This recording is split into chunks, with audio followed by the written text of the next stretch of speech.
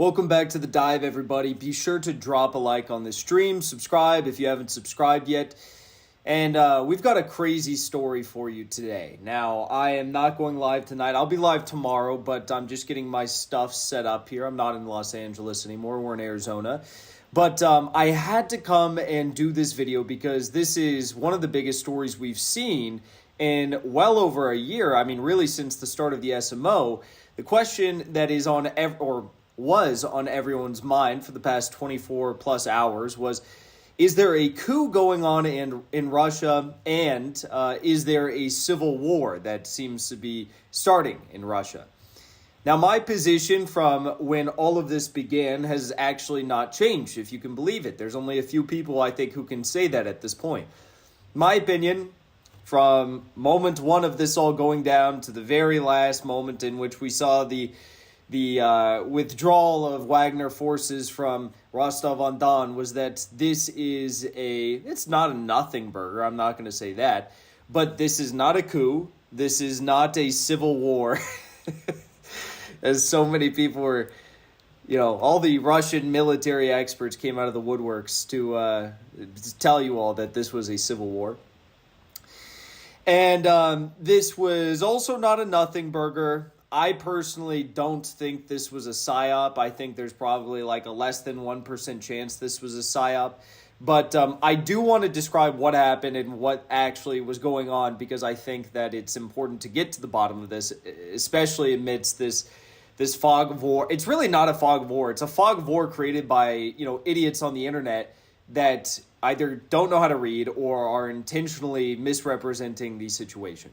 So let's take this from the first minute, the first, statements we saw, and break it down, okay? The very first statement that really began to tip this off was a statement from the founder and leader of the Wagner private military company, Yevgeny Prigozhin.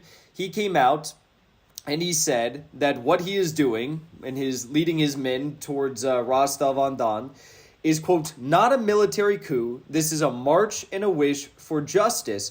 Russian soldiers do not need to worry because we will not interfere with them. So from the first minute that this, operation took place, if you will, it was clear that Yevgeny Prigozhin, the leader of the operation, said this is not a coup. This is not directed at Putin. This is a march for justice. And this march for justice was started because, the claim for Wagner was that, a Wagner military base in the forests of Ukraine had been hit by a Russian missile strike. It turned out, and I don't think anyone really believed that to be true, but, everyone eventually came out and said that video was faked. It was fake.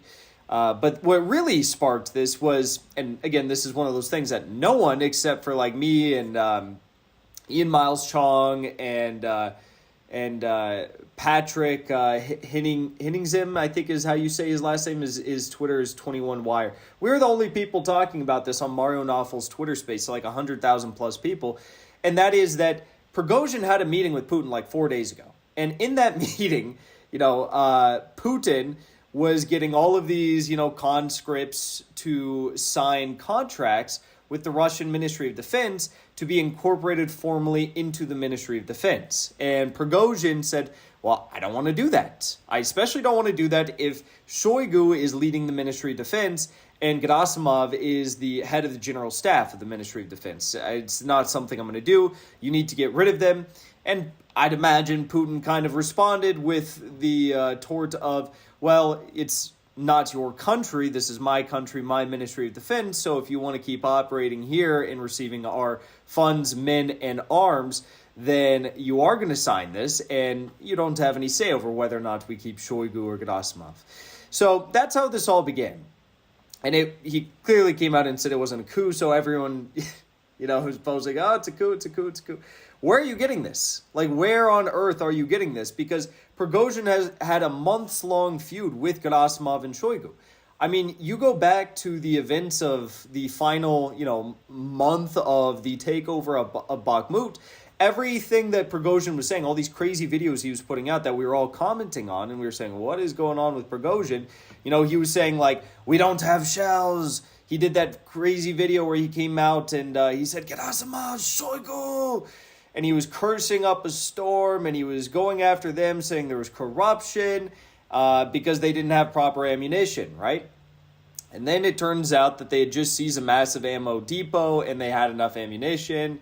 Then we saw the events take place where Prigozhin came out and he said, like, my men are leaving Bakhmut and this is it. And here's all these dead Wagner soldiers' bodies and we have to leave because we don't have enough support. So we're not going to fight and we're going to leave. And everyone was like, whoa, wow, okay. And then he didn't leave, and then he captured the city like 4 days later after saying, we're going to leave, and I don't care if I'm not remembered for capturing the city. I just want to do what's best for my country. And then he ended up capturing the city like 4 days later.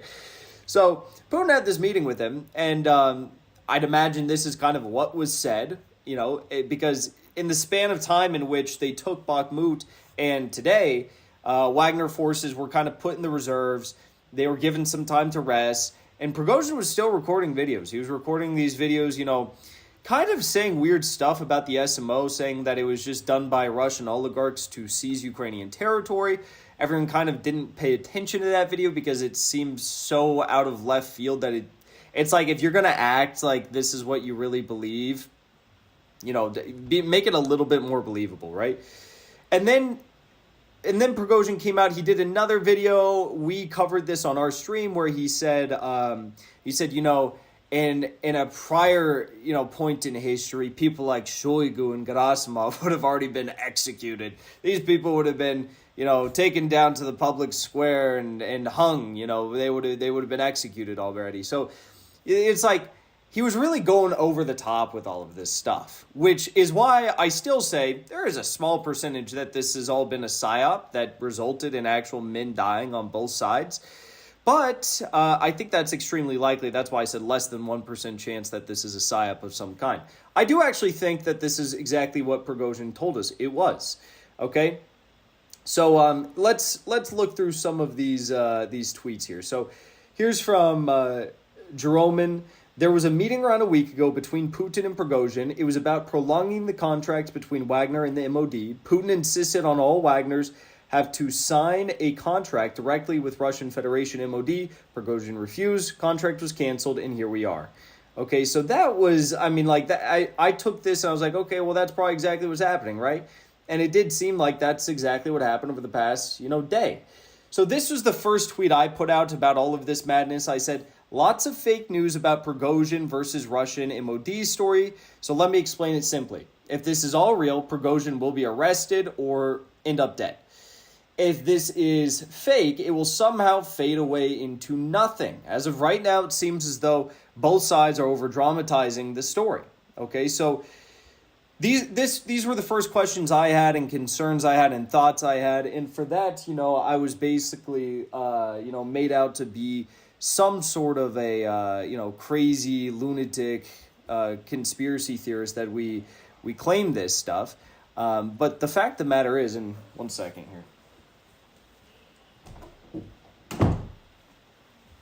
The dog came into the room. The fact of the matter is that none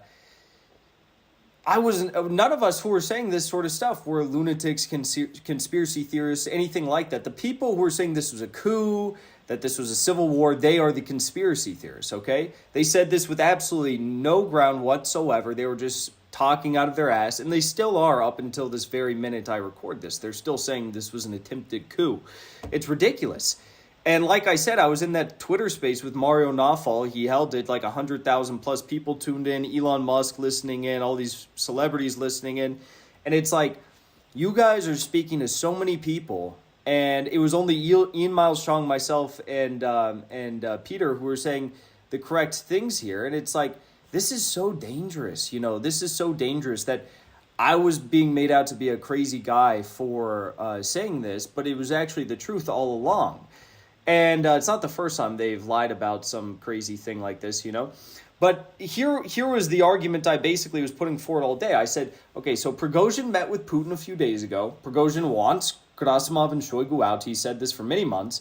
Prigozhin stated this is not a coup.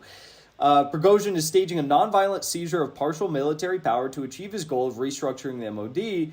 This has always been the most likely reality. Okay, and then I said, if this is not if it's not this, then it could be an op. The odds that this is a coup like on Putin are 0%.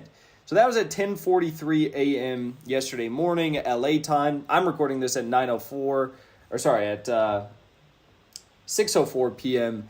LA time right now. And that statement has simply not changed. That has been the reality from the moment I posted it until right now, okay? And what we've seen is, well, this hasn't turned into a nothing burger, and Prigozhin hasn't been killed. It is somewhat serious. I don't think it was an op, but, Prigozhin has now been slightly reprimanded. Wagner will be incorporated into the Russian MOD likely.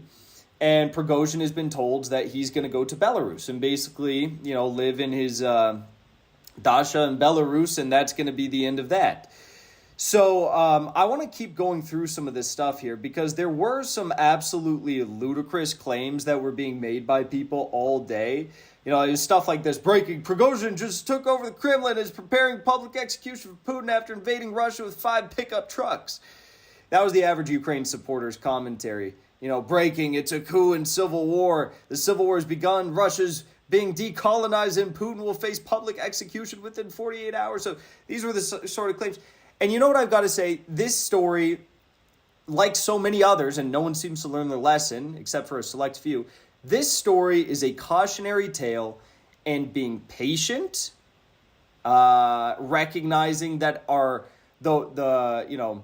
the worst reality usually is a reality that only exists in our minds and our fears in our head.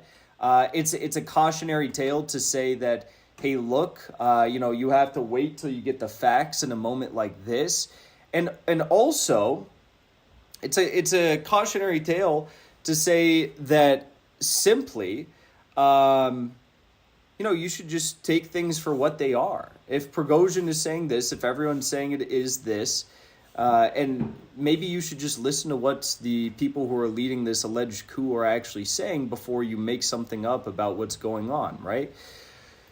But that's just me, okay? So let's take a look at a few more of these here. We have some actual, soy coping from the Ukrainians online. So this was from Terror Alarm, which apparently is a real account that posts news updates.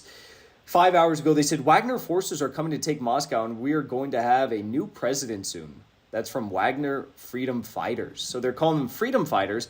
And then once the Wagnerites go back home, they say Wagner terrorists reach a ceasefire deal with Moscow. So first they were freedom fighters, now they are terrorists, right? Notice how quickly that changes. It's just hilarious, okay? Here's another one. CNN was saying this was a coup. Mario Nawfal kept saying, oh, well, CNN says it's a coup. I'm like, well, if CNN says it's a coup, then it's probably definitely not a coup. Sayed Mohammed Amrandi tweeted this out, said, the West is losing its iron grip on the narrative. I'm on my way to Moscow. I'll be counting the rest of the 24 hours from there because CNN said Putin is at risk of losing his iron grip on power. The next 24 hours are critical. Okay, everyone was jumping to conclusions, making up these crazy theories. Listen to these ones. No matter what happens tonight, Russia is going to lose about 25,000 combat troops, and that's just a start. I'm pretty sure to see soon the first Russian generals and politicians swear allegiance to Prigozhin. What I have to add is that it is highly likely that large parts of the Russian military in Rostov have joined the coup. People in high places on Telegram are talking about a third Chechnya war coming. So literally just like completely bogus claims here from people who had no idea what they're talking about. Okay, no idea whatsoever. And the last thing I'll say about this regarding the reporting is it seems as though everyone who was reporting on this in the over-dramatized narrative sort of way, it's like they were reporting not what they actually saw happening, but what they wanted to see happen. They wanted a coup. They wanted chaos. They even if they supported Russia, there's a lot of people who are like, oh, it's like this is exciting. There's change. This is a historic moment. They want this to be happening, so they tried to speak it into existence almost, except that's not how the world works when you're talking about complex geopolitical crises like this. Anne Applebaum, the infamous, tweeted out, is Putin facing his Tsar Nicholas II moment? The Atlantic You know, of course, the pro-war shills at The Atlantic, they say Russia slides into civil war. So that's from Anne Applebaum, got her piece up at The Atlantic.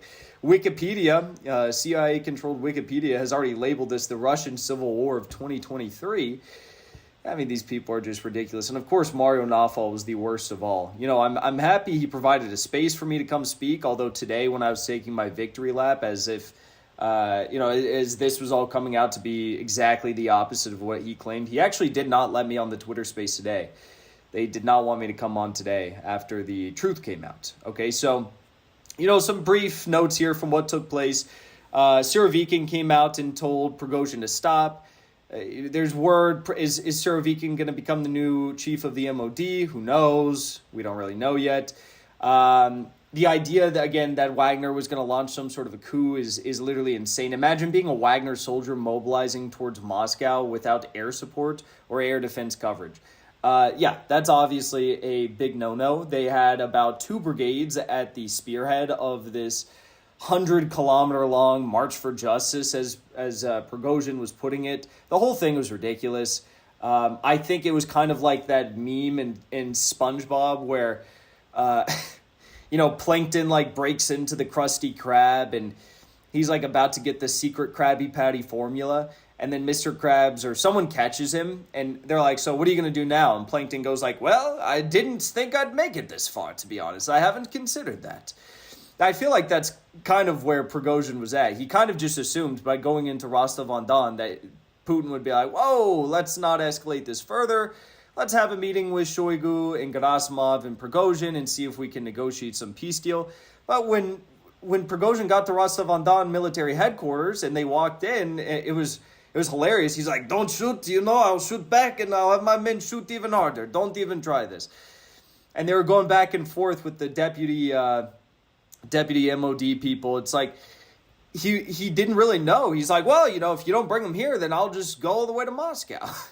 What's that going to do? So you're going to go to Moscow and sit outside of Red Square, occupy Red Square? It's like, what is this going to happen? So the whole thing was very, very odd, and it seemed like, he expected to push and get Putin to cave, but obviously that's not what Putin did, nor would I think any of us would have expected Putin to have done. Okay? So anyways, Prigozhin came out and said Wagner PMC will blockade Rostov-on-Don and go to Moscow until we get the chief of the general staff, Gerasimov and Shoigu. So again, just like we said at the start of this is not about a coup on Putin. This was about Gerasimov and Shoigu and restructuring the MOD. This was some of the crazy scenes from the southern military center in Rostov-on-Don. You had troops going in, taking it over. When the Wagner forces left Rostov-on-Don, there was only about 50 men maintaining control over the military headquarters here. So again, the thought that they're going to take over anything is literally ludicrous. This was some civil workers doing their duty as T-72s and armored vehicles took to the streets of Rostov-on-Don, and a military standoff was ongoing. You had like this Texas drawl that was going on throughout the time that those people were just live streaming and cleaning up the streets. Again, Slavyangrad, great comments here. Keep your cool, think with your head.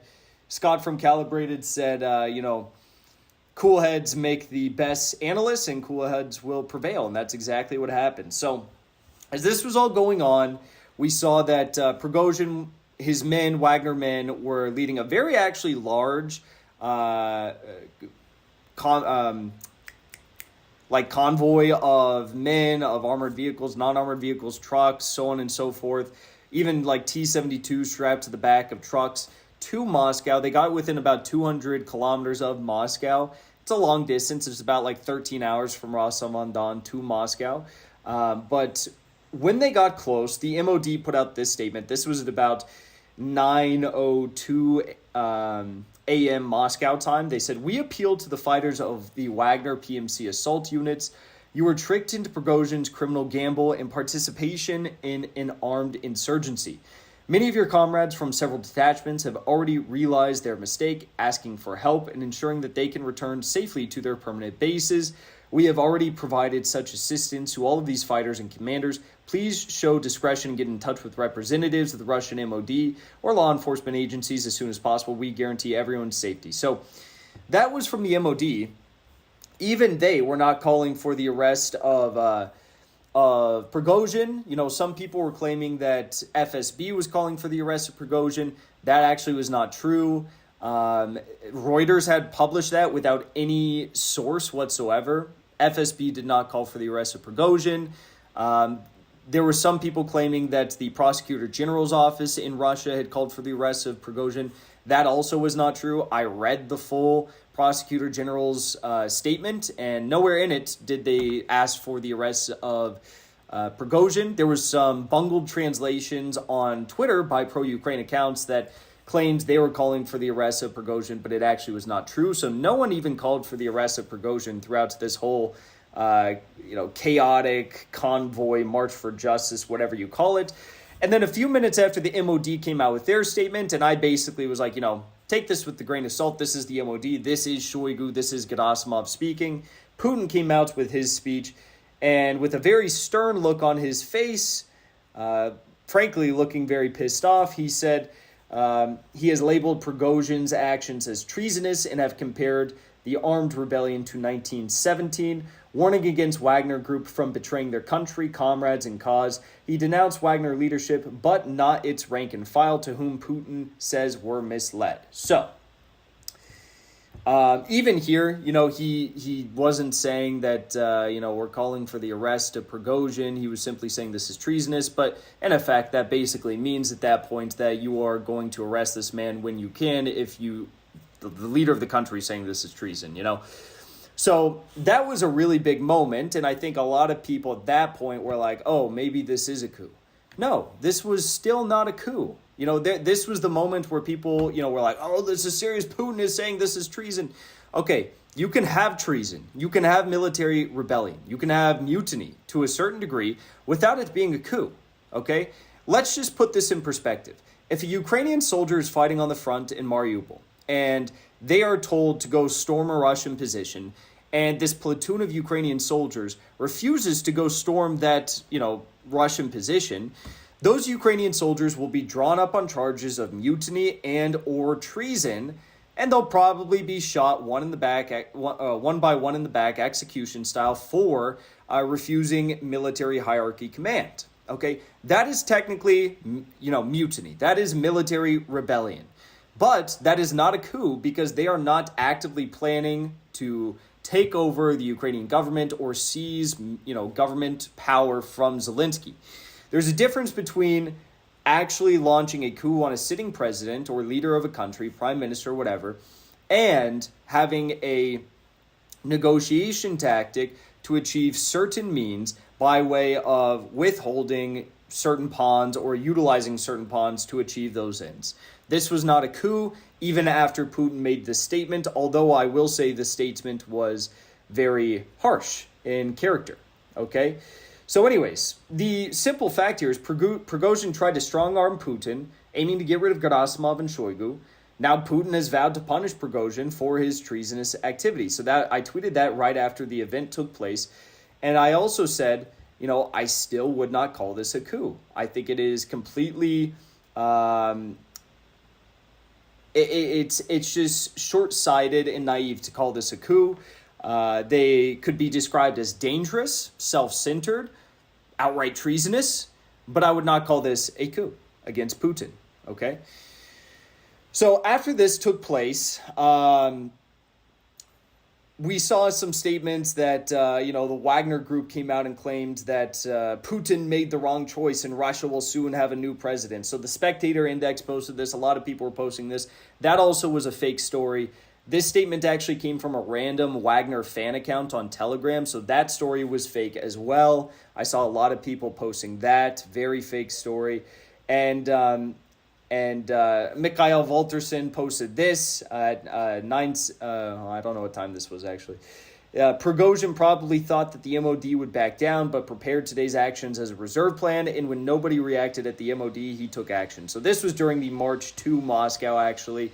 Again, Mikhail Volterson gave great commentary on this. He was another person who gave stellar commentary on all of this, and Mikhail Volterson is a former officer of the Swedish Armed Forces, Air Defense, former defense politician and chief of staff of the Sweden Democrats, and he is a great military analyst for all things Ukraine related.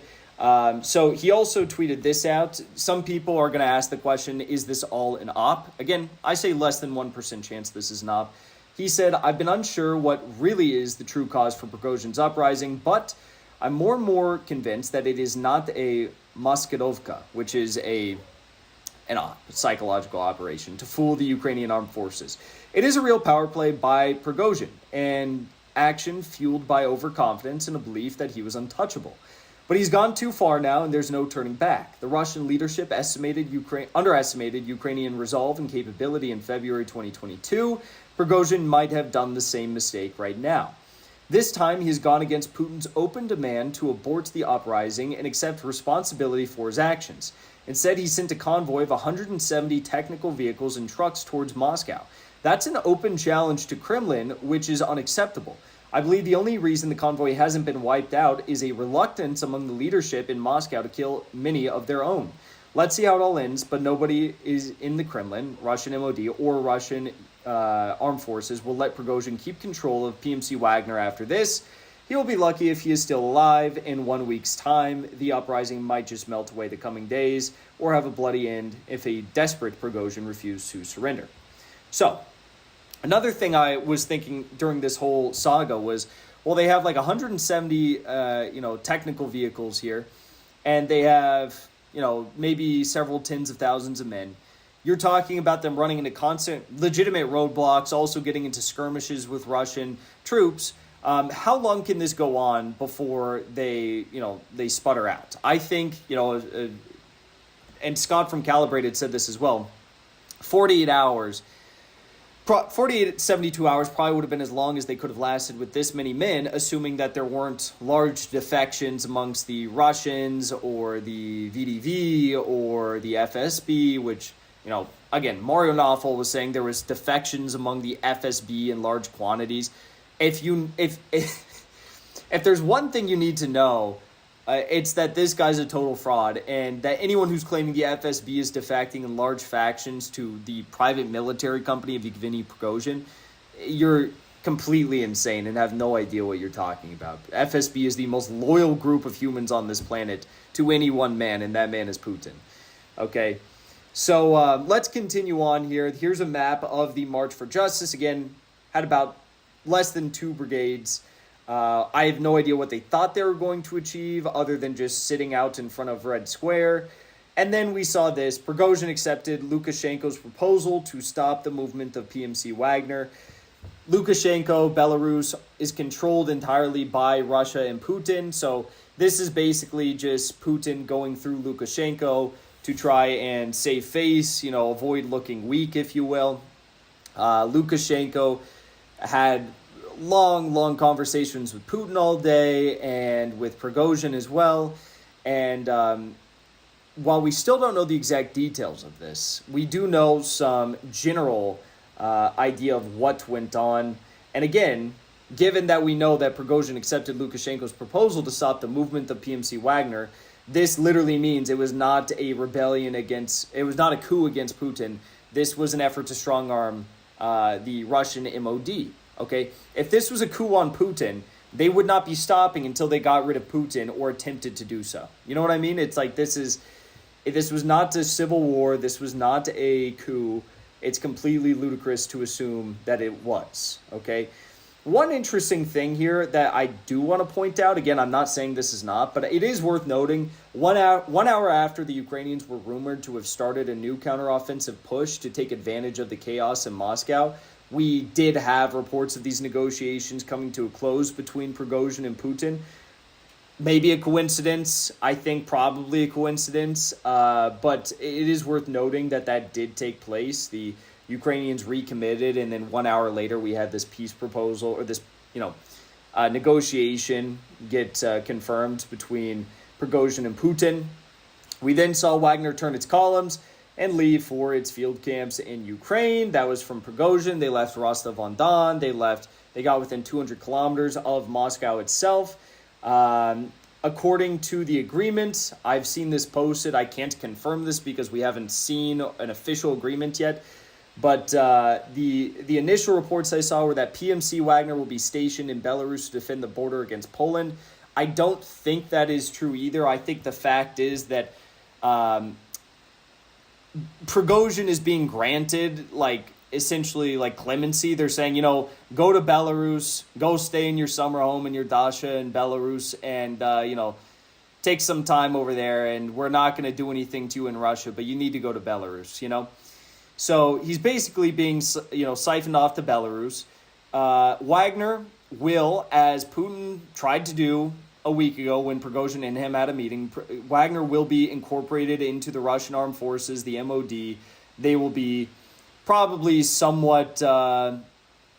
I don't know to what degree they're going to maintain the structure they currently have. It definitely won't be under the direct order of Yevgeny Prigozhin, but they will be in some sense incorporated into the Russian army and definitely the Russian MOD. They will no longer be an autonomous private military company.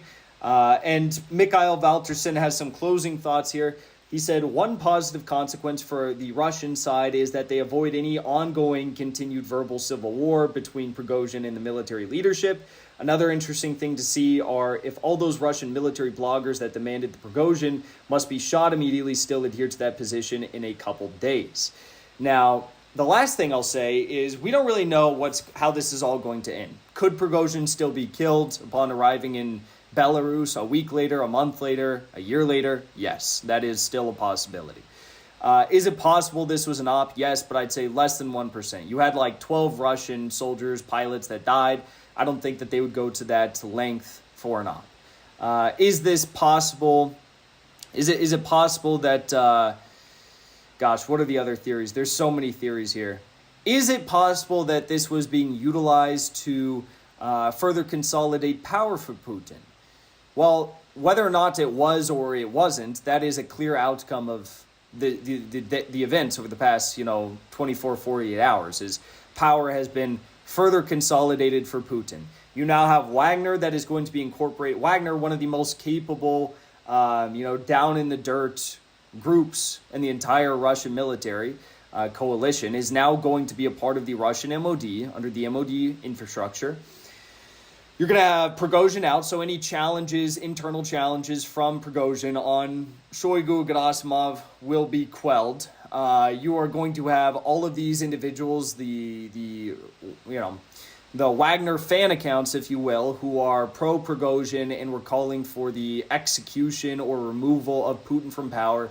I would not be surprised if the people running those accounts face consequences if they are living within Russia, whether they're imprisoned or something to that degree, I don't know. But not be surprised if there's a consolidation of power there, silencing of those who are calling for the outright ouster of Putin. And we'll see what else comes of this. But all I know for sure is that this was not a coup. This was not a civil war. In all likelihood, I'd say 99% chance, this was simply what Prigozhin told us from the start, a very dangerous, stupid, I would even say treasonous effort from Prigozhin to strong-arm Putin. The only reason why he's not dead yet is because, they didn't take any extremely aggressive military measures insofar as fighting against the Russians. They took some aggressive measures, but I would imagine the Russians probably fired some shots at them too. In addition to that, we know that Prigozhin, prior to this event, was loved by many within Russia. I asked one of my friends who's a reservist for the Russian military yesterday. I said he was a big fan of Prigozhin. He hated Shoigu, big fan of Prigozhin. And I said, what do you think about Prigozhin now? And he said, I think, he served his country very well in Bakhmut. And, Wagner has served our country very well in many places across the world. But Prigozhin has gone too far if this is all real. And it is a shame if he is really doing this and going this far. So I'd say the only thing currently keeping Prigozhin alive is that he served his country so bravely in so many places, leading. And again, this guy's not an officer, commander, general, anything like that. People yesterday were saying, he's a general gone rogue. No, he doesn't have any military post. He never has. He's never been in the military.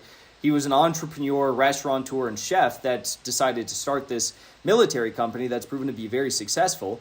And, he clearly, I guess in Wagner, they have no legitimate military hierarchy because he seems to not respect the military hierarchy within the Russian army and the MOD, and that has caused the problems that we see today. So I would not be surprised if we are not going to be hearing a lot of news from Prigozhin in the coming months and weeks. And I think this is all going to boil over or, simmer down quite soon. And to all of those coping on the internet, keep coping. You're making fool of yourselves. This is from... So Congressman Adam Kinzinger, he retweeted this thing of me. People were trying to make fun of me. And he said, LOL at Jackson Hinkle. And he got ratioed by a factor of 100. Multiplier of 100 ratio on this. So massive ratio of Adam Kinzinger. And at this point, I'm just surprised he hasn't deleted the tweet coming after me yet. So... Anyways, crazy past 24, 48 hours. I'm tired. I stayed up late following all this stuff. And to everyone, just have a cool head when you're looking at all these events. Don't jump the gun. Don't report what you want to see. Report what you actually see. And we will have a much calmer environment and information space in the near future. So I'm happy to have hopefully provided some honest and... critical and truthful commentary for all of you over the past 24 to 48 hours who are watching on my Twitter, my Telegram, the Twitter spaces I was in. And again, apologies for not being on a live stream. I was moving yesterday. Today, I'm still, trying to set up this whole thing. That's why I'm not going live tonight. I did want to get this video out there, though, so be sure to drop a like, subscribe, and share this video because...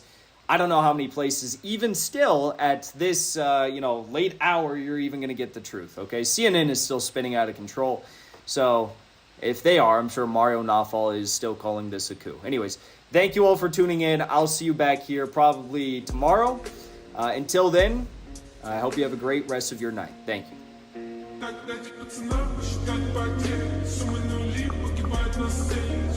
Thanks for watching that episode of The Dive. If you enjoyed what you saw, be sure to drop a like, subscribe, comment below, and be sure to share this video with your friends.